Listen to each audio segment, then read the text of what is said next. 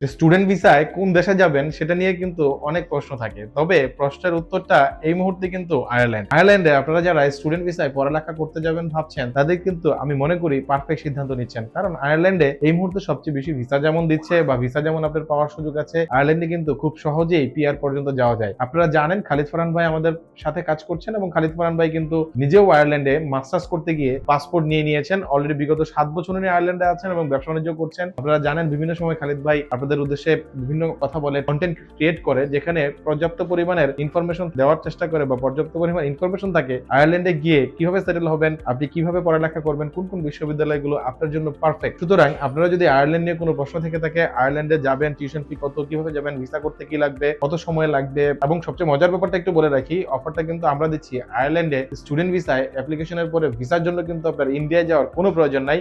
আমরা first global visa কনসালটেন্সির পক্ষ থেকে সরাসরি আপনার ভিসা করার জন্য আমাদের টিম ইন্ডিয়ায় কাজ করছে। সুতরাং আপনি চাইলেই বাংলাদেশে বসে আয়ারল্যান্ডের স্টুডেন্ট ভিসাটা কিন্তু পেয়ে যাচ্ছেন খুবই সহজে, তাও আবার বাংলাদেশে অন্যান্য এজেন্সি থেকেও নামমাত্র একটা মূল্যে। সুতরাং আপনারা যারা আয়ারল্যান্ডে স্টুডেন্ট ভিসা যাবেন চিন্তা করছেন, আপনাদের যদি কোনো প্রশ্ন থেকে থাকে, তাহলে আমার এই ভিডিওর নিচে কোনো একটা জায়গায় নাম্বার দেওয়া আছে, অবশ্যই যোগাযোগ করতে পারেন। এছাড়া আপনারা গুরুত্বপূর্ণ কমেন্টসটিও করতে পারেন। দেখা হচ্ছে খুব শীঘ্রই।